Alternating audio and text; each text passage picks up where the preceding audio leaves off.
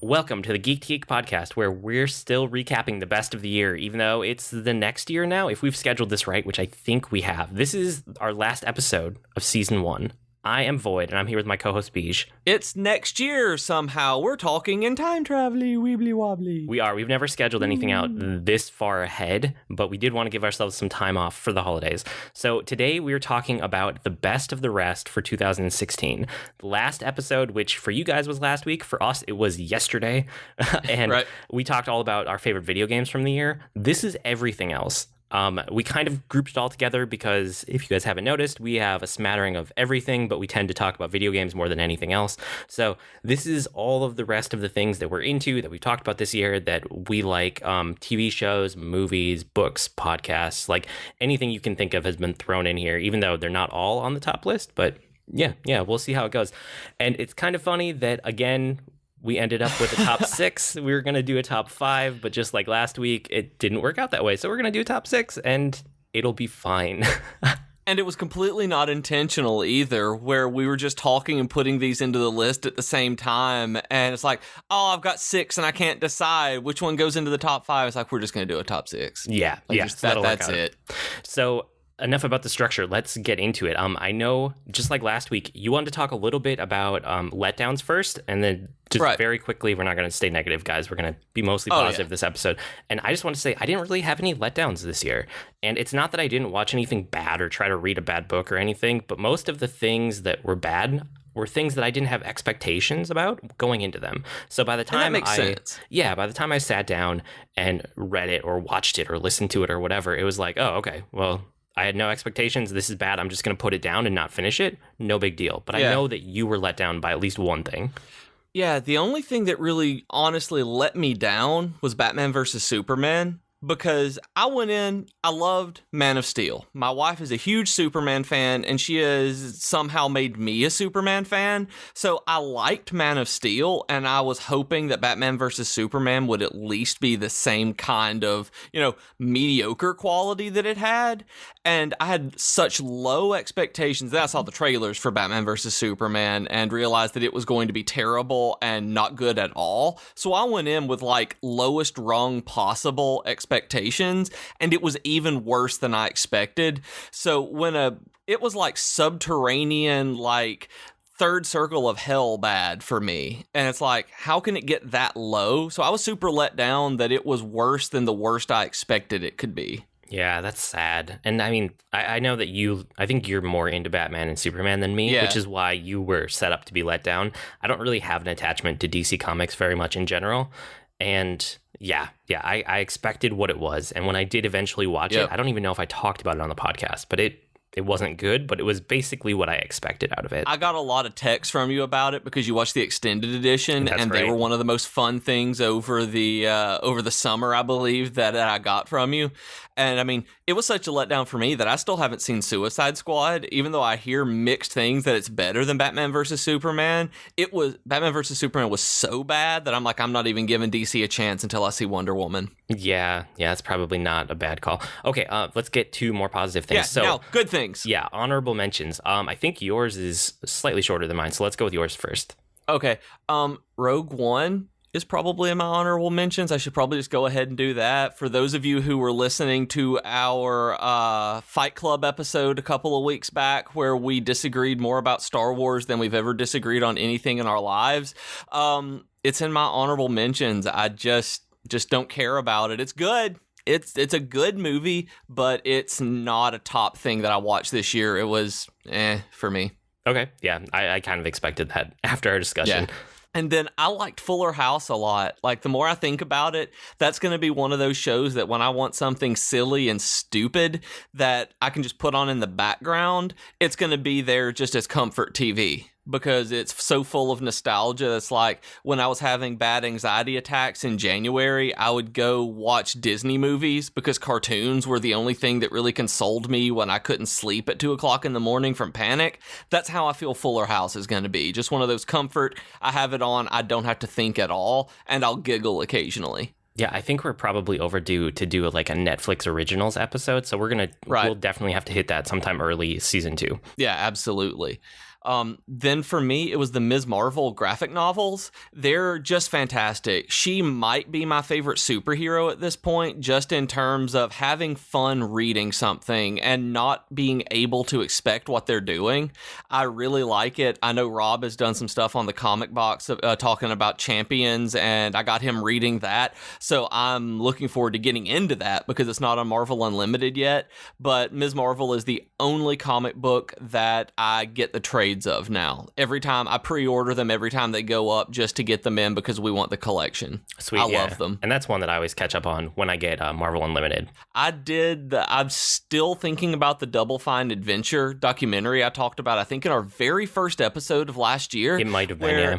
I think so, and it's really good. It was making Broken Age, and as of this recording, I got my new iPhone yesterday, so I'll have played it by the time you guys listen to this, but I re-downloaded Broken Age to play the point and click on the bigger screen that they were making in that documentary. So it's going to be fun. I look forward to that, and I just keep going back to it because it was so interesting to me. So you guys should definitely check that one out. But it's not good enough for, the top things I watched this year, but it made me binge it. The 10% Happier app, I found it last year, but at the same time, I've been using it consistently this year almost every day, using guided meditations, things like that. So honorable mention just for the app consistently being high quality. And I think The Blood Mirror by Brent Weeks is the only book I've read this year. So it has to be on here. I went nuts and couldn't read or listen to anything. So I have to put the only book that's been able to keep my attention through all of the weird mental stuff that I've had. And it was super good. And I can't wait for book 5 to finish up and see where it goes. Yep. I'm excited for book 5 too. Did you finish that, right? Yeah, I finished it. I'm ready for book 5. I felt like I didn't enjoy 4 as much as you, but I'm glad that it kind of got you back into reading after evening out and stuff. So yeah, I totally get why it's on here. Yeah, and then Star Wars Rebels, I haven't finished season 3, but the end of season 2 was so good that I started to care so much more about these characters than I ever did before. And I know that's not the way that you look at it because you're still meh on most of the crew, but I really like them and their dynamic, where it feels like a fully fleshed out TV show now instead of just a kid's cartoon. Yeah, and this is the first one on your honorable mentions. It's also on mine. So I like Star Wars Rebels, especially the end of season 2, like you were talking about. And I like season 3 also. I'm pretty sure by the end of season 3, I'll love it again because they always draw that main Jedi storyline across the whole season. And by the time I get to the end, like a lot of the individual episodes have kind of wrapped into that storyline and it all comes to a head. And that's great. But right now where we are in the middle of the season, I'm still kind of like, yeah, it's okay. But I'm not like totally, absolutely in love for it. It doesn't get ranked for me this year. That's understandable, especially because, I fell asleep in the first episode of it, but it was super late and I haven't gone back. But I can definitely see how it's going to be one of my top seasons of it from what they're doing. But the end of season 2 put it on there because it was just so good with the way that they finished up that season. Yep, for sure. And then Supergirl. I know you're not watching Supergirl, and it's not your kind of show. I cannot recommend this to you. But for somebody who likes silly, fun CW shows like I do, Supergirl is awesome. I liked it okay at first. I didn't really buy into it, but I don't even know how to put it. The tone of the show, it found its footing and it kind of changed a little bit after 5 or 6 episodes that my wife was watching it and I would just come into the room occasionally and then I got invested by just being in the room about a quarter of the way to a half the way through the first season. And now we watch it together because it turned out to be a very good show that hit the kind of stuff that we both like watching. Okay, I'm going to interject with one of my honorable mentions, which is The Flash season 1, because it kind of goes hand in hand with this. I'm really surprised because you didn't like The Flash at all, and I didn't like Supergirl at all, but they're both kind of that CW-y feel to the show. And they're both superheroes, and they're both in the same universe now. Like, there are so many similarities, but we both went to different ones. And I watched season 1 of The Flash this year, even though it came out like almost 3 years ago. So this was the first year I found it, and I loved that first season, and then the second season slowly lost me, and then I tried to do the start of the third season, and I gave up. So The Flash is not an ongoing show, which is why it's an honorable mention, because I still think that first season is really good, and I enjoyed my time with it. And I've only seen the pilot of it, and it was great the first time I saw it. Then I couldn't get into it when we watched it the second time. And so we never finished out that season, which I probably should. I'll go back and do it eventually. But I really love the crossovers because I love the actor who plays the Flash and I love what they do with it. The Supergirl and Flash crossovers, I'm all about though.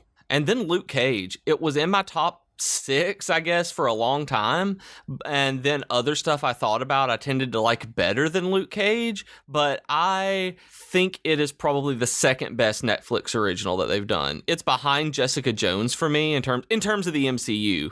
But because I finished Daredevil season 1 and it's not even an honorable mention, but Luke Cage, it was so good, it just didn't grip me the way Jessica Jones did. Yep, and Luke Cage is on my honorable mentions also, but then I also have the Daredevil season 2, which came out this year. Yeah. Because I you guys know by now, if you've listened to all the episodes, Daredevil season 1, I was glad that I had watched it, but I didn't actually like watching it that much, and I don't recommend it very highly.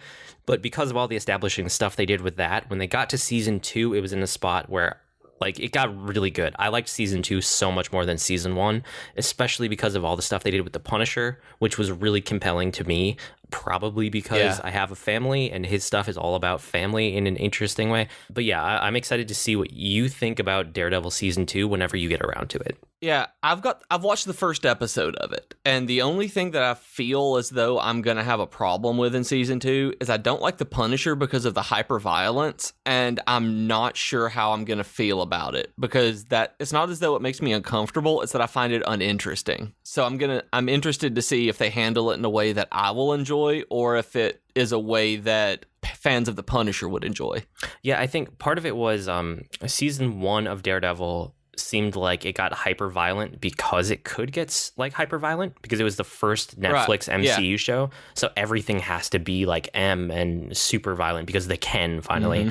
And season 2 of Daredevil, it feels like every time they are that violent, it is for a purpose and not just because. I hope so, because the first episode, and this is only a minor spoiler where it's in the very first episode at the beginning, when the Irish mob has that scene where it's super violent, it didn't seem to have a purpose to be so graphic and just on point like that, where it was just focusing in on everything and just the gratuity. I hope the rest of it feels like there's more of a narrative reason, because they could have done that without the gratuity. Yeah. It'll be interesting to see what you think when you've seen the whole season in context. And I look forward to it. I will definitely get to that. So. And then, it's weird, but I just discovered Linux. That I installed Linux, my computer kept crashing this year, and I finally got really tired of Windows and installed Ubuntu on my computer. So I've really, really, really enjoyed getting to know how to play around with Linux and do things on it. So it had to be an honorable mention for me because I've just enjoyed toying around with it. It's not my daily driver right now because I've been playing a lot more video games, but when I'm just working on my desktop, I go there so I don't get distracted. And then I like Zootopia. I love Disney movies. Like, Zootopia was so good. It handled everything so well to have such a meaning. It was actually making social commentary without actually saying anything so blatantly. Kind of like, I hated Happy Feet, if you ever saw it, because it was a fun movie about dancing penguins, and then all of a sudden it switched tack into, we have to protect the oceans, oh my goodness, people are terrible. And Zootopia never felt as though it was preachy, and I really liked that because it was just fun. You watched it and it's like, oh yeah, I see what they're doing here. And it was just so well put together. It may be one of my favorite Disney movies right now, just because they did everything so well. Yeah, and Disney's really been doing well lately. It seems like they've finally kind of getting back to how good they used to be. Like, I mean, it's different, right? But when we were kids, they had the animated movies that were hand-drawn that were just like the best of the best in class, things like Aladdin and The Lion King and stuff like that, and all of the other movies that we grew up on. And then there was this huge gap where Disney just didn't seem to have it. And now suddenly they own the MCU, they own Star Wars, and they're coming out with things like Zootopia, and supposedly Moana is just supposed to be amazing, which I haven't seen yet, but I fully intend to next year. This year, when you guys are listening to this. I keep forgetting when this one's coming out.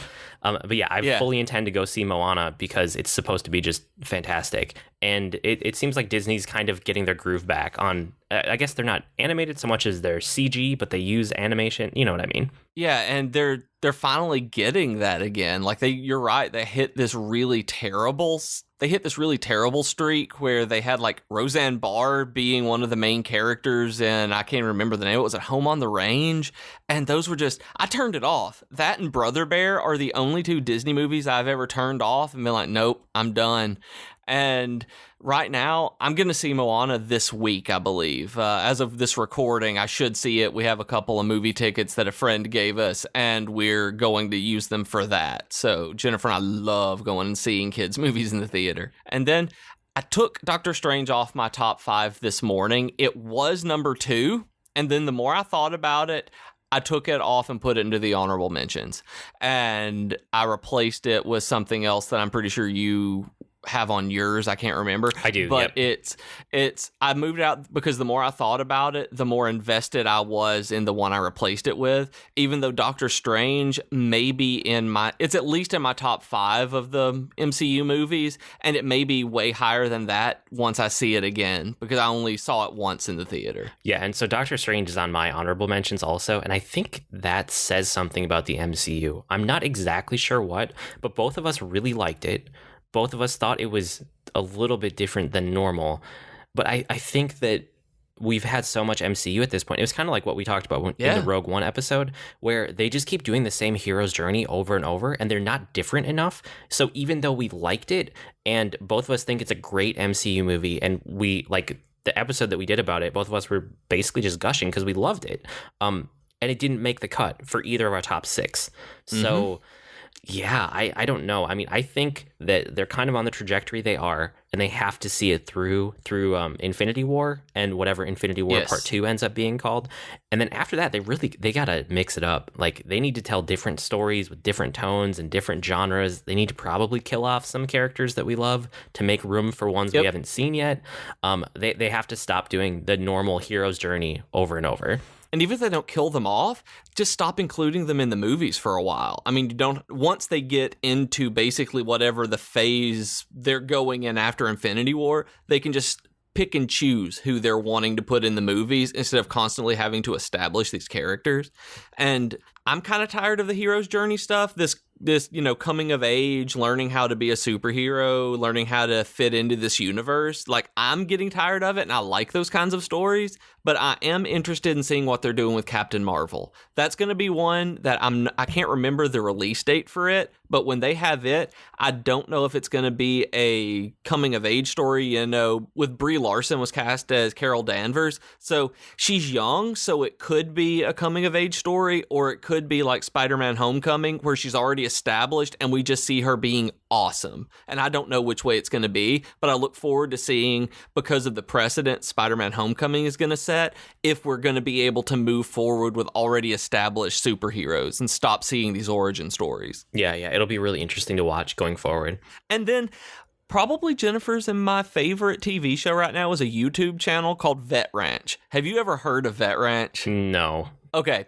Jennifer is an absolutely, I shouldn't even say it like that. She's not a crazy animal person, but internet pet videos are like one of her, I don't even want to say guilty pleasures, but just one of her pleasures. She loves them, and she sends them to me, and she discovered this YouTube channel called Vet Ranch, which is a rescue of, it's a nonprofit rescue that works out of veterinarian offices in, I think, Texas, and they're funded completely on donations, and they show, abused or neglected or injured animals, and they're always really sad, really hard off. Sometimes you see, they have eyes infected or broken limbs, or, mange to the point where they just look like burn victims. And I mean, it's horrible, the things that have happened to these animals. And then it shows over the course of months their recovery and the entire recovery process, the procedures they're doing, explaining what they're doing to save these animals.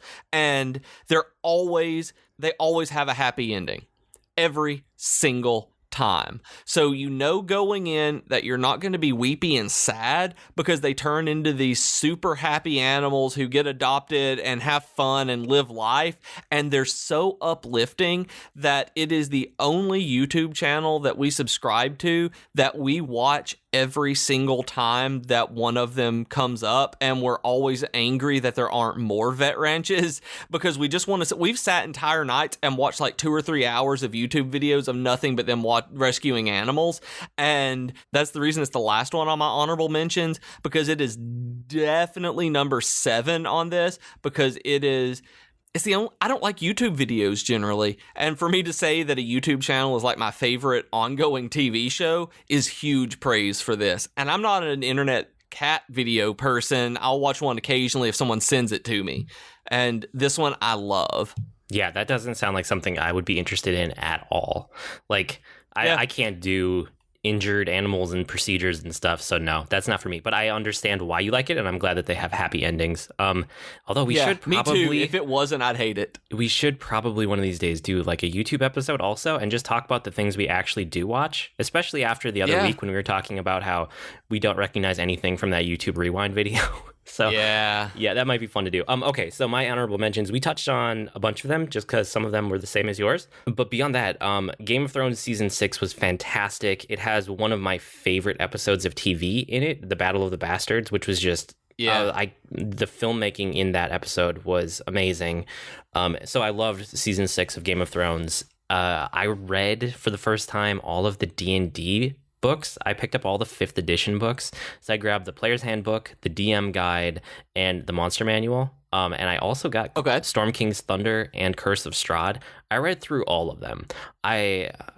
You'll see, well, one of the things later in my top 6 is related to this, but it kind of inspired me to actually look deeper into tabletop RPGs.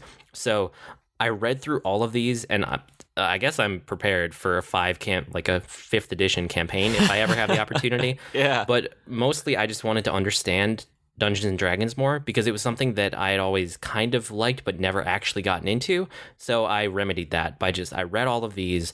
I've listened to a lot of Let's Play podcasts and Let's Play like YouTube videos this year of D&D in different forms and different RPG systems in general. And then I also started doing a little bit of tabletop stuff with my kids, where I have a totally homebrewed system. It's super simple, and we do some RPG stuff. And that comes directly from reading these books, was just kind of like the inspiration that this is really cool. Tabletop role-playing games are cool, and I should give them more of my attention. So that gets an honorable mention for sure. If I ever do actually do a campaign, which I did a little bit of a play-by-post one, but that, I don't know, it's not the same. If I ever do a campaign around a table, you guys will definitely hear about it. Beyond that, Captain America Civil War is on here, which, again, it's an MCU movie. It's kind of the same reason. I really, really liked it, but they're getting a little bit too predictable, a little bit too, this is another superhero movie, which I hate to feel like that because I still love the MCU, but it just didn't make the cut compared to the other things that I have on my top 6, and it was there for a long time. It just didn't make it by the end of the year. So this was one of the last things that I cut. This one, like kind of like Doctor Strange with me, this one actually did make my cut. That we'll talk about it, so I might as well say it now. But we rewatched it recently, and Jennifer when they released the Spider-Man Homecoming trailer. We love Spider-Man in Civil War. When we saw the trailer, we wanted to go back and watch the movie again to see everything, and it still held up so much for me that even though it was, just another superhero movie, I feel like this one was so well put together that it put almost everything else in the MCU to shame, because the Russo brothers know how to make a superhero action movie instead of just an action movie with superheroes in it or a superhero movie. Oh yeah, it's really good. Like, I still love it. Yeah. It's, this doesn't reflect on its quality. It just didn't quite make the cut compared to the other things that I have on this list. I still absolutely love that movie. It's great. I still think it's one of the best things from the MCU. So yeah, we can talk about it more when we get back to it on your list, because I know it's on there.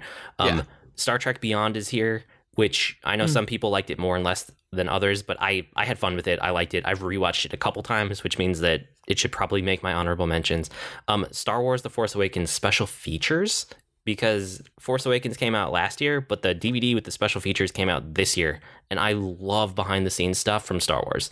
Like, I just love all of that.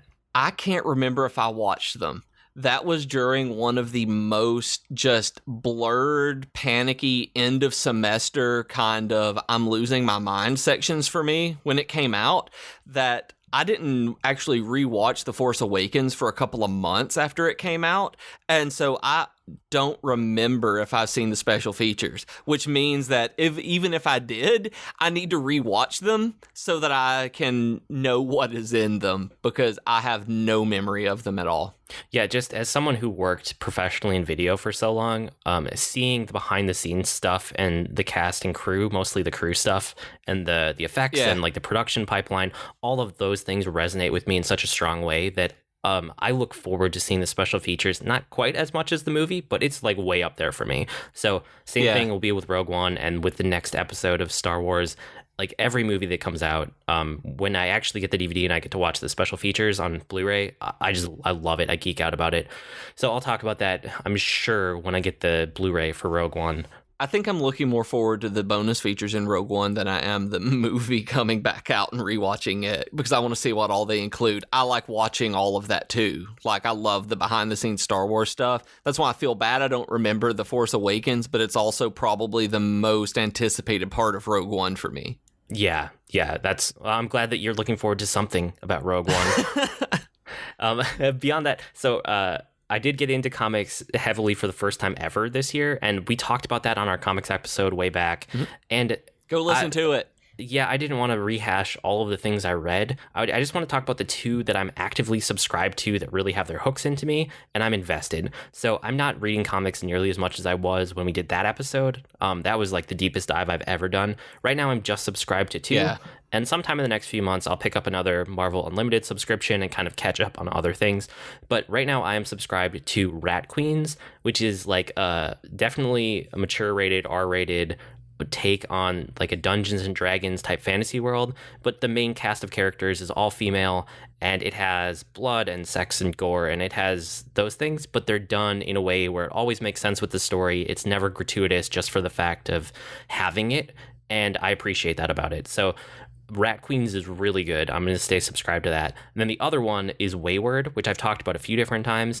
It's such an interesting look at Japanese culture. And the premise is kind of like teenagers are getting powers and becoming yokai, and the old yokai, which are like spirits in Japan, are getting less and less powerful. So it's kind of a war between them. But really the thing I like about it is finding out more about Japanese culture, and these little cultural essays at the end of every I want to say episode, issue at the end of every issue, are a huge selling point for me. I think I look forward to the essays more than the comic, but I like both of them a lot. So they both make it to my honorable mentions. And then also Hello from the Magic Tavern, which I don't know if I've talked about on the podcast. I don't think you've mentioned that to me even. I saw it on here and had no idea what it was. Okay, so Hello from the Magic Tavern is a podcast, which you guys know I love podcasts. And it is one where the premise is that a guy who's just like a guy who does podcasts and he does comedy and stuff. He's like, all of these people are improv people. He fell through a portal behind Burger King in Chicago, and he landed in the magical land of Foon, and he has a slight Wi-Fi connection, so he can still record and upload a podcast from his laptop that he had with him. That's the premise.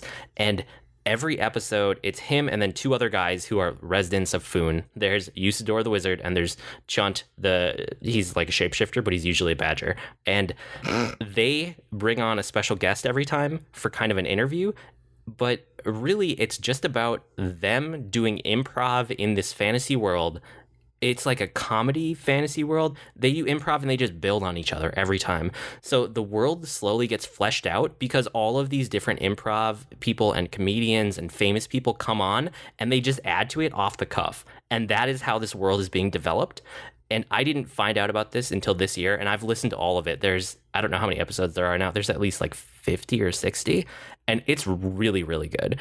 And I realized I hadn't talked about it, so I needed it to make it here on the honorable mentions. That sounds super weird, and I don't think I would like it very much, but it's an interesting concept. It is super weird, and I didn't think I would like it, but I love it. So, I don't know. I had to make it on this list somewhere, and it's not one of my absolute favorites from the year, but it's really cool, and I hadn't talked about it. So, Hello from the Magic Tavern gets a thumbs up for me. The last thing on my honorable mentions, and then we'll get to our list for real now that we're half an hour into here.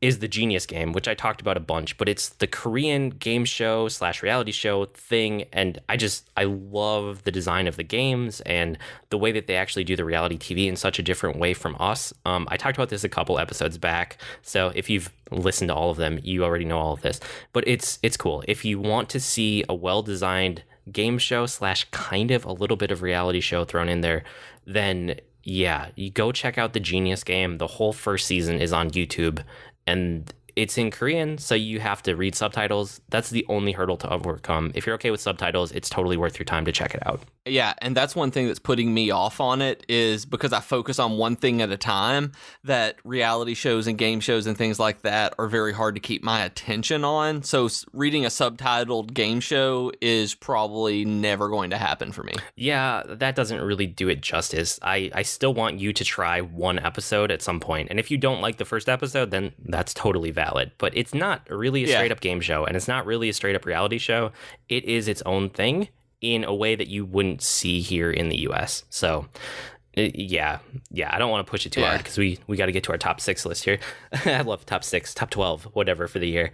Our top 12. Yeah, why don't you go first, because I've been talking for a while. Okay, so on mine, number 6 for me is Gravity Falls. I had heard so much about this cartoon, and I know I tried to get you to watch it, and I'm not sure if you ever even tried, but I don't know if you would like it or not, but it is one of my all-time favorite cartoon shows that I discovered initially at the beginning of this year because of Disney Infinity. There were Disney Infinity levels and themes and items you could unlock and music and all of this, and I had no idea what the references were to, what I was racing through in the Mario Kart style levels. I had no idea about it, but I kept seeing things. I kept hearing about how good it was, and it wasn't on any streaming service. You would have to buy the 2 seasons of it because it's just 2 seasons long. And I finally saw that it was on Hulu. When I went crazy in August, I needed to just lie on my couch and do nothing.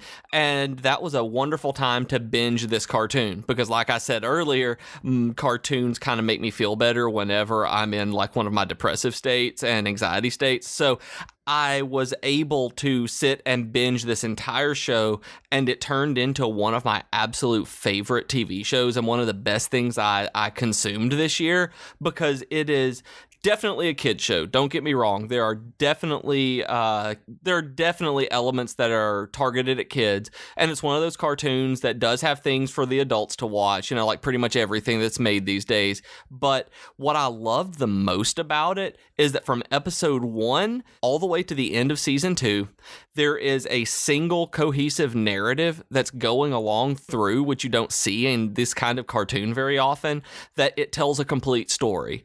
That yes, you have Monster of the Week episodes because it's a cartoon, you have the individual stories, but in each episode they're dropping mythology hints, and it all comes together in the very end for a 3-part finale that ties everything together, wraps everything up, and still has enough room for if they ever did want to do any kind of TV movie or sequel or anything like that. But it is a complete story, which you don't see in America very often. You see it a lot more in British TV, where they will just end a series once the story has been told. But you see in America things like, Supernatural, that had an end date and they moved it forward and kept continuing because of the success of the show. Gravity Falls is so good because it ends. That you see what's going on, you learn a whole lot about this world and the world building that they've set up. They keep bringing in references from earlier in the show and bringing back things they keep bringing things back from earlier in the season to establish continuity and keep that going. And then they end the story exactly how they should. It was fantastic. There was character development. There were actual arcs for these characters, which I did not expect out of a Disney XD cartoon. Disney XD, between Star Wars Rebels and Gravity Falls, has proven to me that current cartoons, current animated series that I don't like adult cartoons for the most part, I may be watching Rick and Morty soon because I hear so much about it being compared to Gravity Falls, but Gravity Falls is just really the perfect animated TV show for me because it does everything I want a cartoon to do.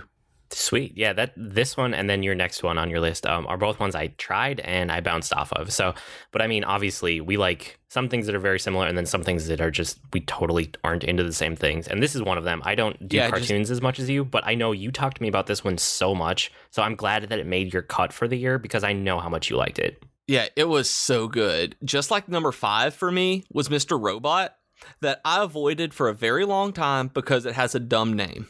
That I thought it was going to be like Robot Chicken, which I despise.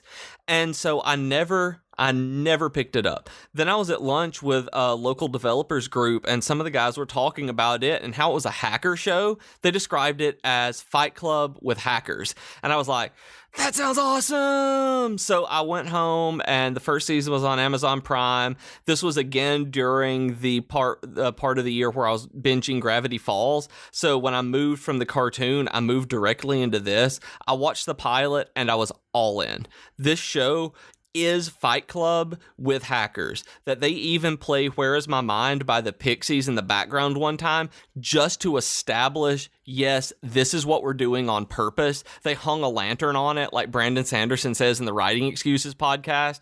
They hung a lantern on it like, yes, this is what we're doing. Now we can move forward without you thinking, that we're stealing this and that it's an homage. I don't know I can't say anything.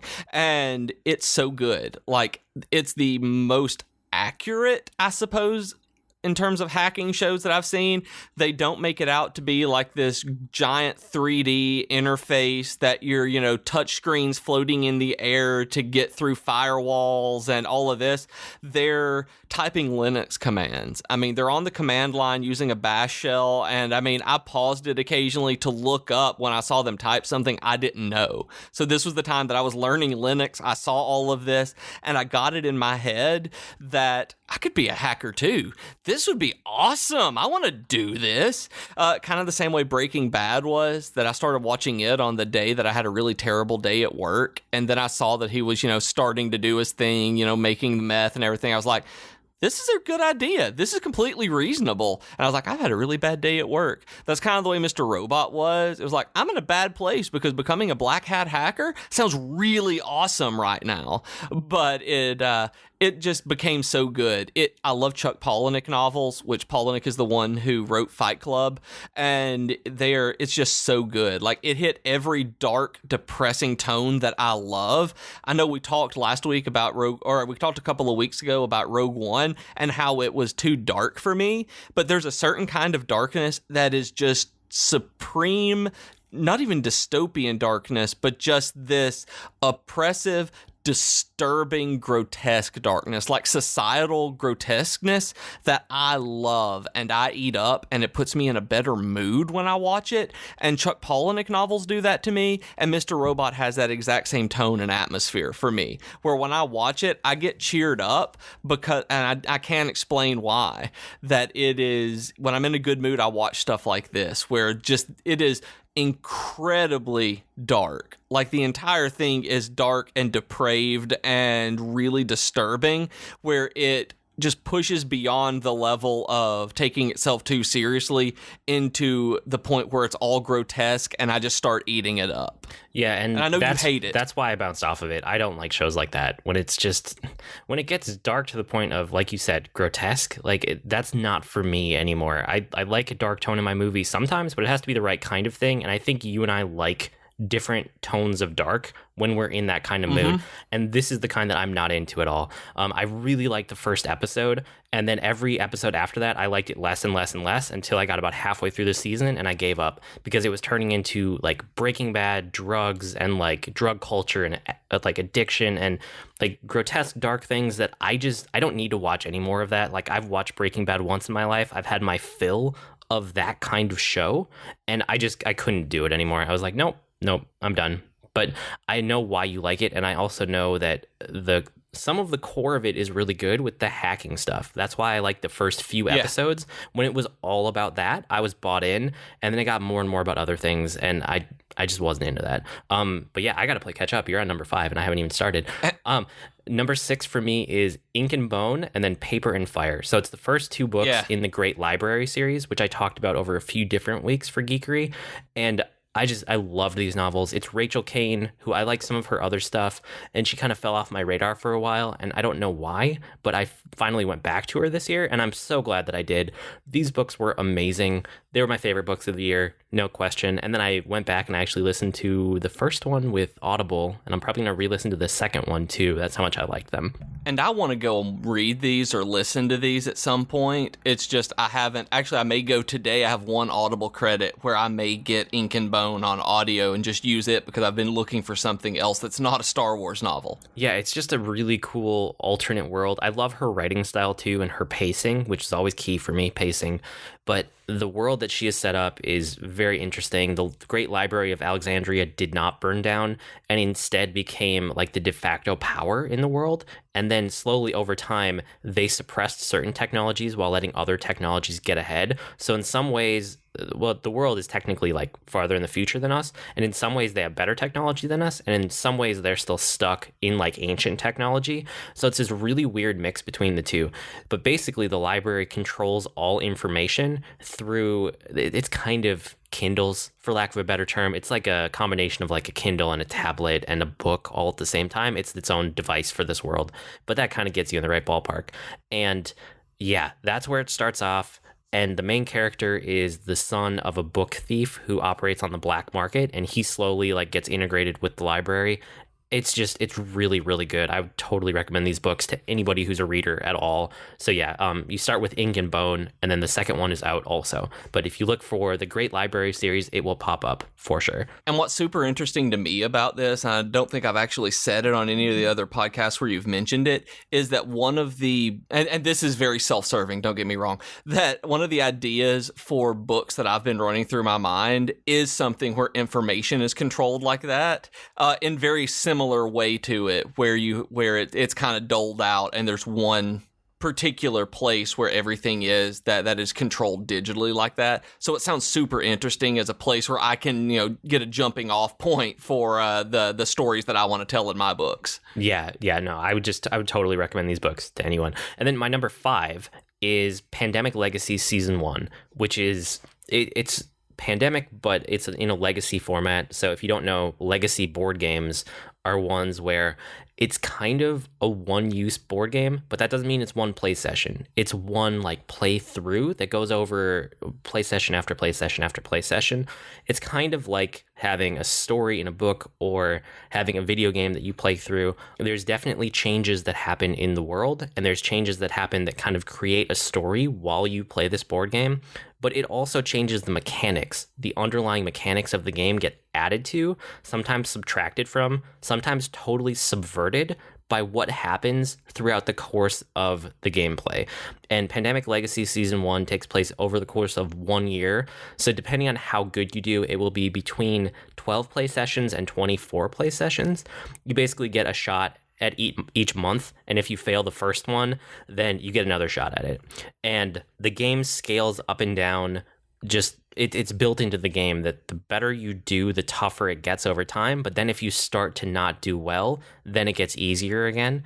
Like you get bonuses and then they get taken away, stuff like that, depending on how well you're doing. Okay. So we played it with 3 people. I think it's 2 to 5 players. And I've talked to a lot of people that have played it with different player counts, and everyone had the same reaction, that it was just the best board game they've ever played.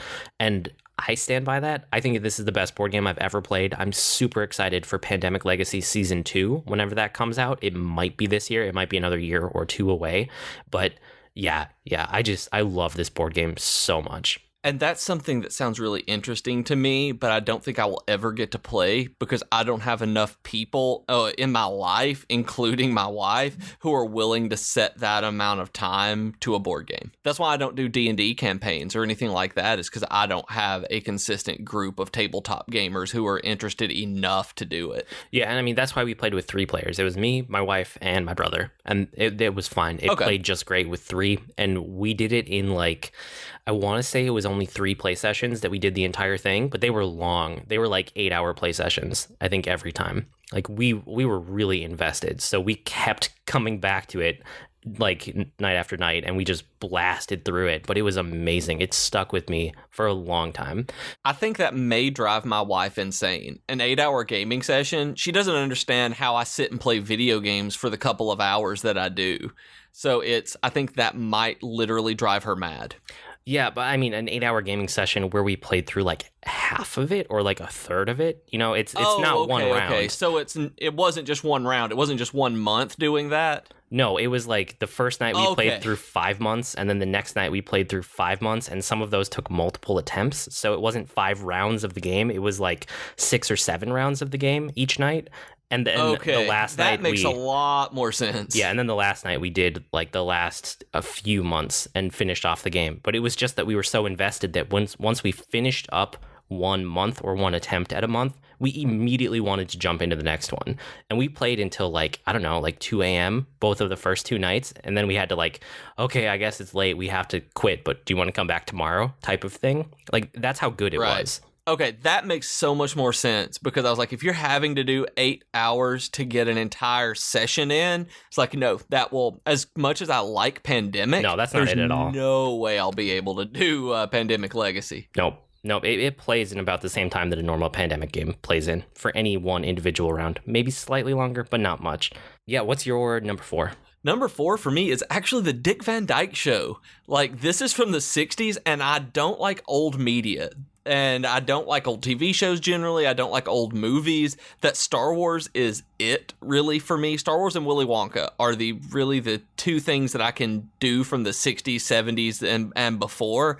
And Dick Van Dyke we were on vacation this year. We spent a weekend in a cabin in the mountains, and we were flipping through the TV channels to see what channels they had, and Dick Van Dyke was on. Jennifer got me to stop on the channel, and we watched it, and it was the first episode of it I've ever seen, and I liked it and laughed so much that we decided to come back home and stream it on Netflix. And this has been our go-to show of just sitting around at night when we just want something to watch together and laugh, that it holds up so well as a modern sitcom, as a modern TV show, and it still has continuity between it that we didn't know about. We didn't actually think they did stuff like that in the 60s because of how TV couldn't be replayed, that you were having to wait on reruns to play during the off season, all of this. And it's very good that the characters are engaging. I like the actors and actresses, and it's only occasionally that there's a storyline that doesn't age well. For the most part, a lot of the comedy and references are just to family life and business life, that you don't have a lot of cultural references. You don't see a whole lot that is 60s centric, where it is just that. I mean, you see occasionally how the relationship dynamics change between the man and wife and the working relationships and all of this, but for the most part, it's surprisingly modern in how it presents, people, and how it's just so good, and I like these characters so much, and I don't even know how to describe it for someone who has never seen it or is just kind of written it off as an older sitcom or something. It's the only one that I really want to go back and watch, that I just really, really got invested in this, and I can't, it's so good that I really think I'm going to be sad when it ends. That's sad. Yeah, I don't have a lot of commentary for it. I think I've seen 2 episodes on like reruns late at night back in the day. Like now I don't see any reruns on anything because I don't watch TV. I stream everything. Right. But yeah, no, that's cool that you found a show and you have a big backlog too, which is nice, that you really like. Yeah. Yeah, that's 5 so seasons cool. over the course of the show, but all of the seasons are like 35 episodes long. Like, the seasons were much longer, so it's really like having 7 or 8 seasons by the time you're done, because math doesn't work for me, so I'm just kind of shooting it out there. Wow, nice. Yeah, for me, my number 4 is Rogue One, and I'm not going to linger on it because go 2 episodes back if you want me to linger on it, which we could talk for a long time again. Rogue One makes my number 4 cut. I loved it. I thought it was great. It's still really fresh. And so I'm not sure where this would sit if I had more time with it. If I had seen it a couple more times and had more time to think about it, it might go up in my rankings. It might go slightly down for this year, but it would definitely make this cut of the top 6, no question. So for me, it's kind of right in the middle. It's at number 4. Rogue One I thought was fantastic. I loved it. Like I said, if you want more, go back and listen 2 episodes again because that was fun. That was a good conversation. But yeah, it was a good conversation. It was one of the best conversations that we've actually had on here, I think. Yeah, that was good. So what's your number 3? Number 3 for me is Civil War. Which you had it in your honorable mentions, and Captain America Civil War ended up being my number 3 of the year, where I loved it when it came out. I went and saw it again in the theater, and then I completely lost interest in it. That Jennifer was saying, oh, we should watch Civil War sometime again. And I was all like, Civil War, I've seen it. It's dark. They're fighting. I don't care anything about it. And then when we watched it again, I realized that I was being an idiot. That at that point, it was, yes, I was burned out on superhero movies, and I had no interest. I think Suicide Squad is actually what did it, where I kept seeing everyone talk about Suicide Squad, and I'm like, these are really starting to burn me out. There's just too much superhero right now. And I just finished watching Supergirl, so I don't want to. And then we finally watched it a few weeks back, and it's so good that it still holds up, that despite all of the influences from all of the other superhero media, this one was just so well done. I regret not having watched it sooner and rewatching it at least one more time. That pretty much everything they do in it, outside of a few things, there's always nitpicks with movies, but it's just one of the best put together MCU movies where they finally learned structure, character, and how to tie this much stuff together that I don't feel they had in Age of Ultron. And I know you really liked Age of Ultron, but I feel like this is the Avengers movie that I've been waiting for. Yeah, I like Civil War more, but like by far. I'm really glad that it made your cut this high because it got knocked off my list, but it was on this list for a really long time. It almost made the cut for me. Like, I really liked Civil War. It just barely made it off. So yeah, I'm glad that one of us had it because that's a great movie, and I still really like the episode we did about it. That was so fun to just talk about it. It was. And then my number 3 is actually the same as your number 2. So let's talk about them at the same time. This is Westworld. Okay. And if you guys don't know, we talked about it a little bit, and this is another thing that we're probably overdue for an episode about Westworld. We'll probably do that season 2 because it's really fun. But the basic premise is that it's a world that's kind of a theme park, but it's kind of an open world MMO, and it's filled with robots, and you get to go in as a human and kind of do whatever you want. So some people are evil, some people are good, some people follow the storylines, some people just go there to have sex with the prostitute robots. I mean, some people go in just to kill. They just start killing all the robots because they can. Just indiscriminately. Yeah, and other people just go with their family and just go in like a historical trip for a week. Like, how was it to live back then? So there's this wide range of people that go in, but that's kind of the setting. And I don't want to get into spoilers because I think that'll be fun to do as a full episode. But needless to say, I love this show. I love the direction it went. And I love what it started to get to about, like, what is consciousness, what is AI, and when do you cross those boundaries? And it really started hitting on a lot of commentary about stuff like that got philosophical, that felt the way that The Matrix did in 1999. That once you started thinking about it, it's like, yeah, this is definitely sci-fi, but it really stuck in the back of your mind like, oh, that makes a lot of sense, the way that they're handling this. And just talking about consciousness and, and the tie, and this isn't really a spoiler, just the tie between, memories and consciousness and just feeling about yourself is just like, wow, that's deep, man. And I resisted this show for a very long time. That I think 6 episodes were out before I started watching it, and I did not care anything about it. Like, I was like, okay, there's a sci-fi western. I'll probably get to this at some point. I kept seeing people post a little bit about it on Twitter. And then when you told me like the full premise, like you just did, you used that pitch on me and it worked. I sat down and watched it, and it's so good. Part of it is that it's well written, but it's also so well cast. The actors that they have in these roles are so perfectly cast that you couldn't see them as anybody else. That these are real people doing all of this, which goes with the premise so well because you don't know which ones are people. Yeah, it's just such a good show. It's my show of the year. I'm just looking at my list. I don't have any other shows higher than it. Yeah. So yeah, Westworld, it beat out Game of Thrones on my list too. I loved season 6 of Game of Thrones, and that didn't even make the cut, and Westworld is on here. So I absolutely loved Westworld, and I promise we will talk about it. I want to do a whole episode on it. Yeah, and we'd planned on doing it before the end of the year, and we just got excited about Star Wars, and our pre-Star Wars episode kind of pushed Westworld back into this year. Yeah, but we'll get to it because, this will give more people time to watch it also, which I think is good. It still seems like it's kind of building steam just through word of mouth now that the whole thing is out and people can go binge it.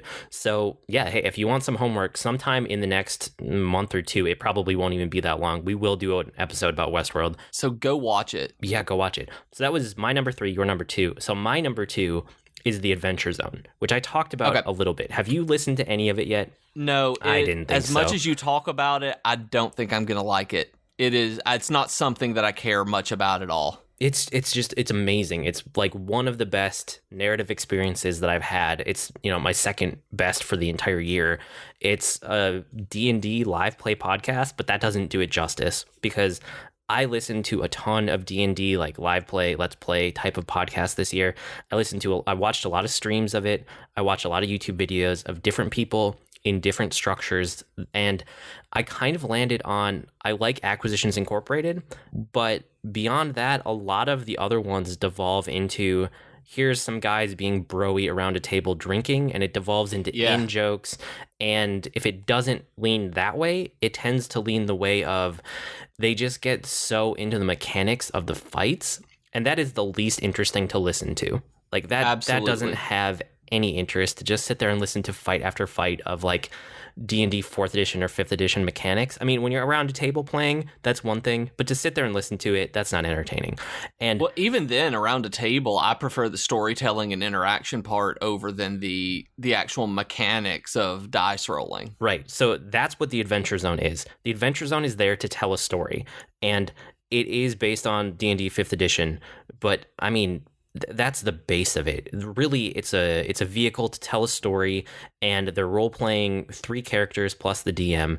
And it's the guys from My Brother, and Me, who have a ton of podcasts. It's the McElroy brothers and their dad, which is kind of funny. So one of the brothers is the DM, and then 2 of them are playing, and then their dad is playing too. So it's 3 characters, and it's them going through the story. And like, I can't do it justice for how good it is. This is the best like tabletop role-playing thing that I've ever listened to. It's the best Dungeons and Dragons thing I've ever listened to. It's just amazing. The Adventure Zone it's one of my favorite things from the year. I'm so glad I found it. And now that I'm caught up, I have to wait 2 weeks between every episode. And it's just like torture because it is my favorite podcast to listen to.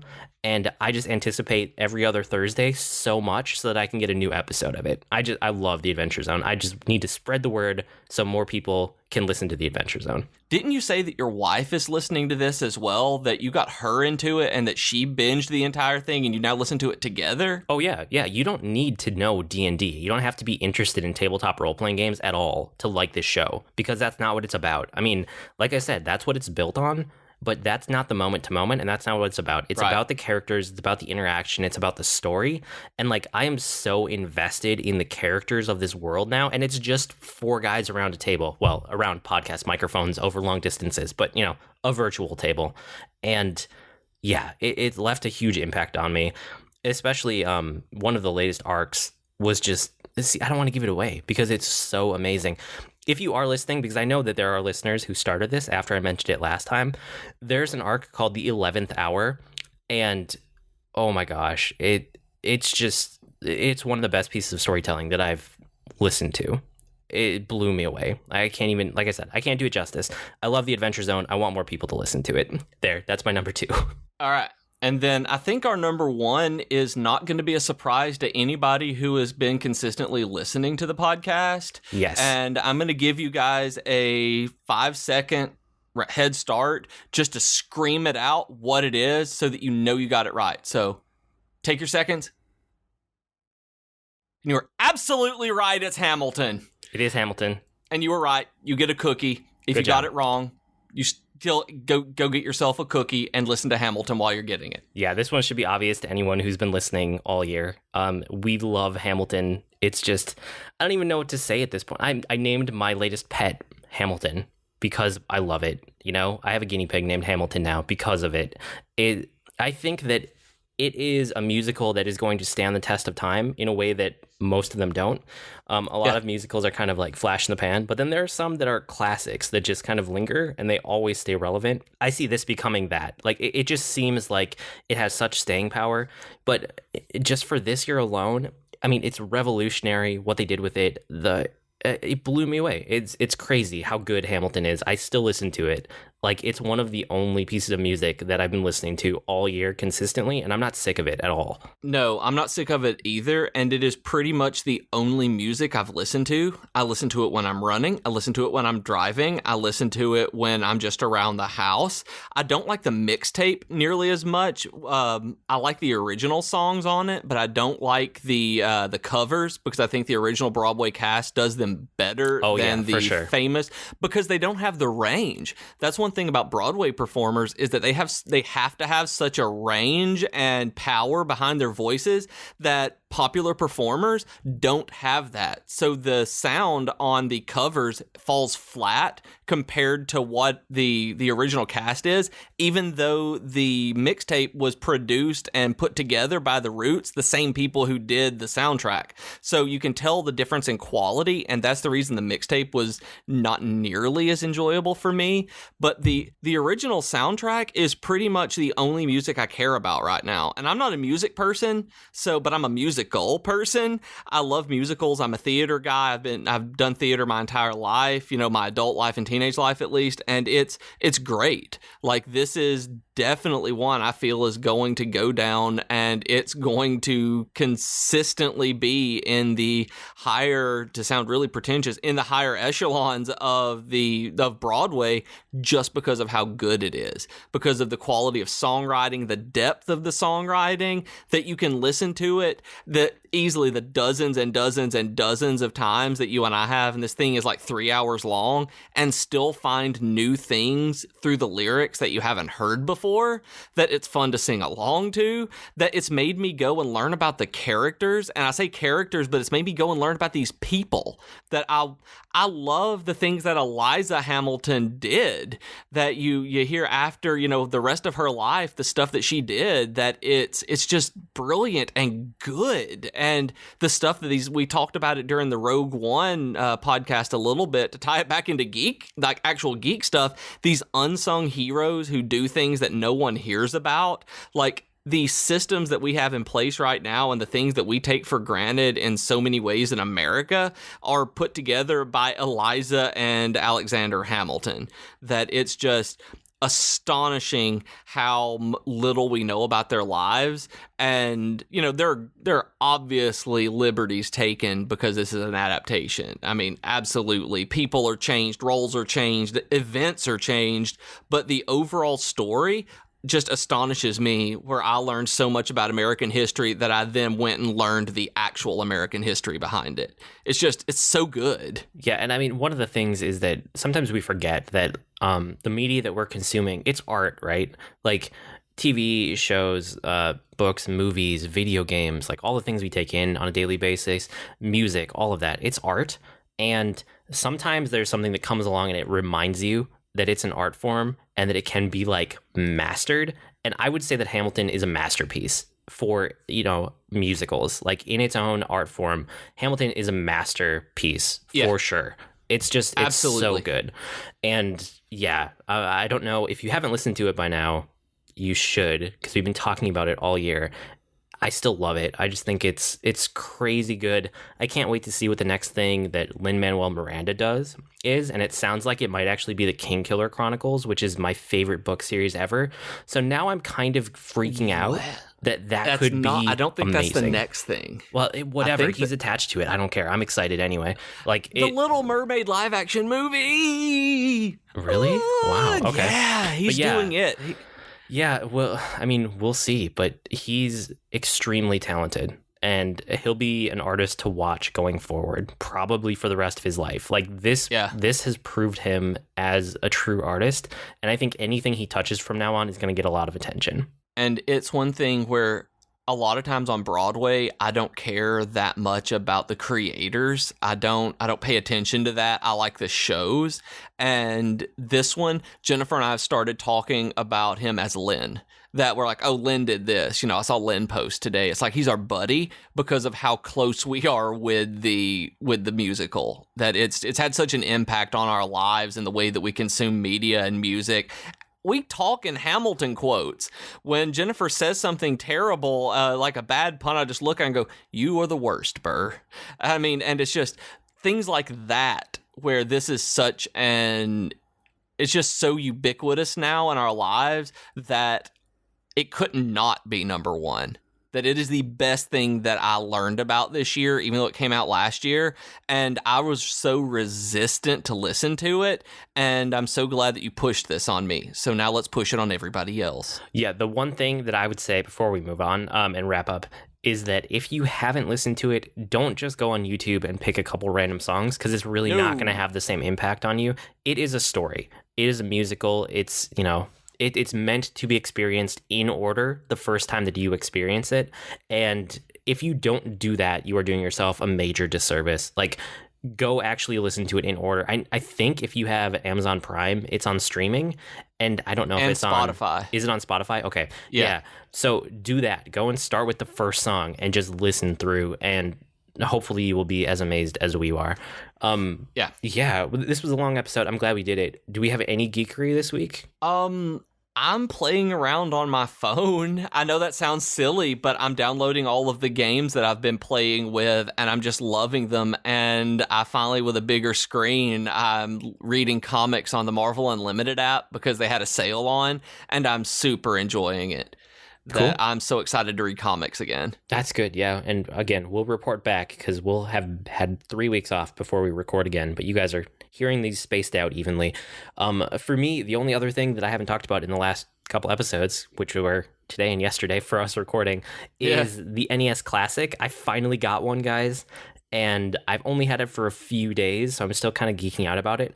But honestly, the best part about it already is seeing my kids play it. Like, oh my goodness, it brings such joy to my heart to see them with the controller sitting right up by the TV playing the games that I played when I was their age.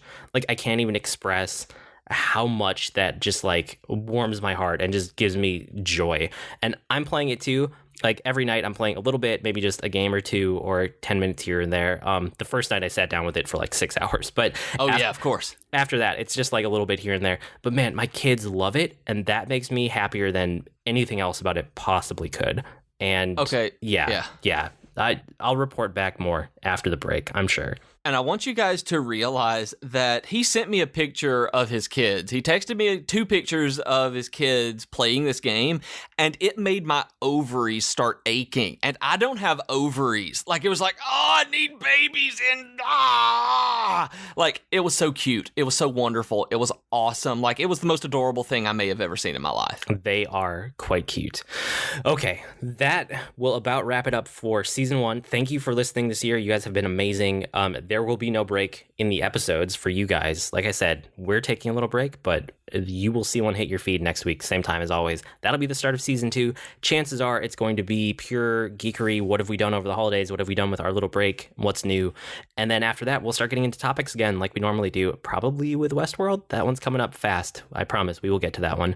But yeah, if you don't know by now, you can write to us with comments, suggestions, or feedback. Our email address is geek2geekcast@gmail.com, or reach us on Twitter @geek2geekcast. We also have longer discussion threads on our subreddit at reddit.com/r/geek2geekcast. And you guys want to get our email updates so that you never miss an episode. So sign up at geek2geekcast.net and tell us which shows you want updates about. If you want, Geek to Geekcast, the comic box, health hacks, whatever it is. Yeah, perfect. I blog almost daily at agreenmushroom.com, and you can find me at grnmushroom. That's green mushroom without the E's on Twitter. I'm on Twitter as @Professor Beej. That's Beej with 2 E's, and I blog and podcast at geekfitness.net. We've been Void and Beej with your Geek to Geek podcast. That'll do it for this week. See you next season, I suppose, geeks. And Happy New Year! That too.